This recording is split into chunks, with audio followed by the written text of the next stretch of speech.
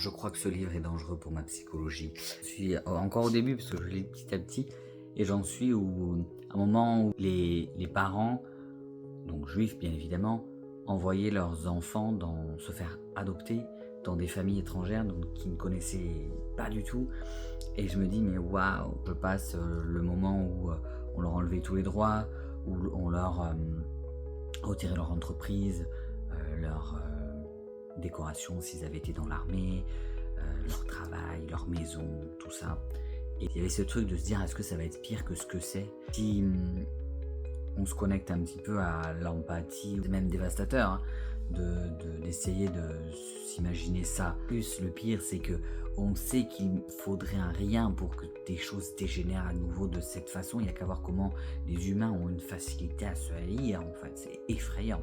Et une facilité à trouver aussi des coupables.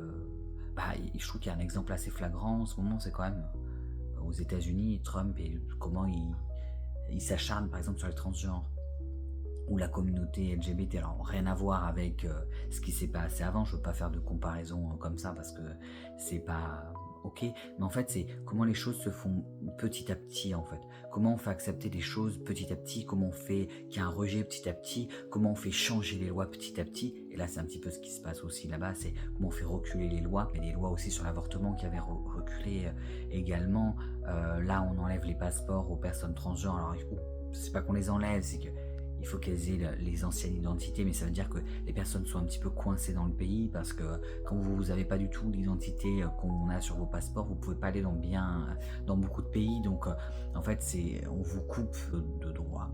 Encore une fois, je ne veux pas faire la comparaison quand on lit ce livre, qu'on se dit mais comment c'est arrivé? C'est une petite chose, plus une petite chose, plus une petite chose. Alors on se dit ah mais non, mais c'est pas grave. Puis un jour en fait on se retrouve devant une énormité. Et à quel point l'humain a la facilité d'être monstrueux, ça c'est effrayant.